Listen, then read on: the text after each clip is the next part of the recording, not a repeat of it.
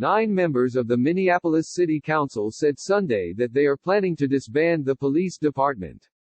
The veto-proof majority said they want to replace the police department with a community-based model of public safety. Our commitment is to end our city's toxic relationship with the Minneapolis Police Department, to end policing as we know it, and to recreate systems of public safety that actually keep us safe, Minneapolis City Council President Lisa Bender said. The council members made the announcement that they were committed to disband the Minneapolis Police Department through the budget process at a rally Sunday afternoon. It is clear that our system of policing is not keeping our communities safe, Bender said.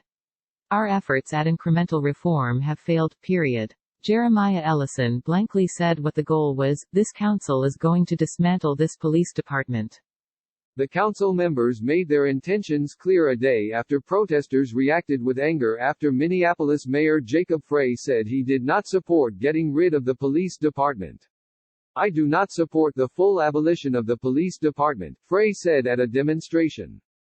Angry protesters then called on him to leave the protest. Go home, Jacob, go home. Many shouted as others chanted, shame. Frey later said in a television interview that while he was in favor of massive structural reform to revise a structurally racist system, he was not for abolishing the entire police department. The Minneapolis City Council members announced their intention on the same day as New York Mayor Bill de Blasio vowed for the first time to cut the funding for the New York Police Department.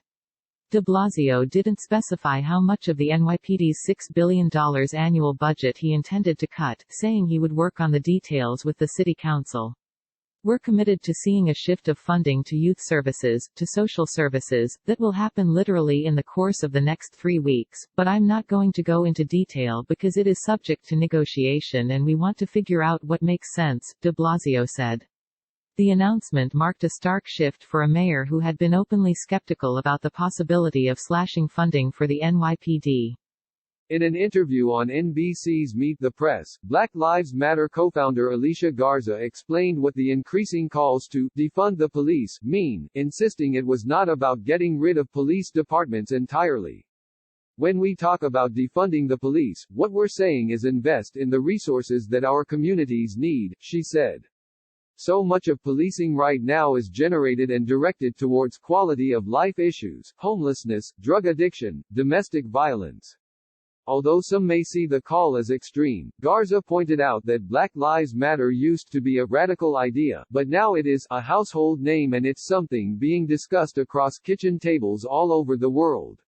So with that in mind, why can't we start to look at how it is that we reorganize our priorities so that people don't have to be in the streets protesting during a national pandemic?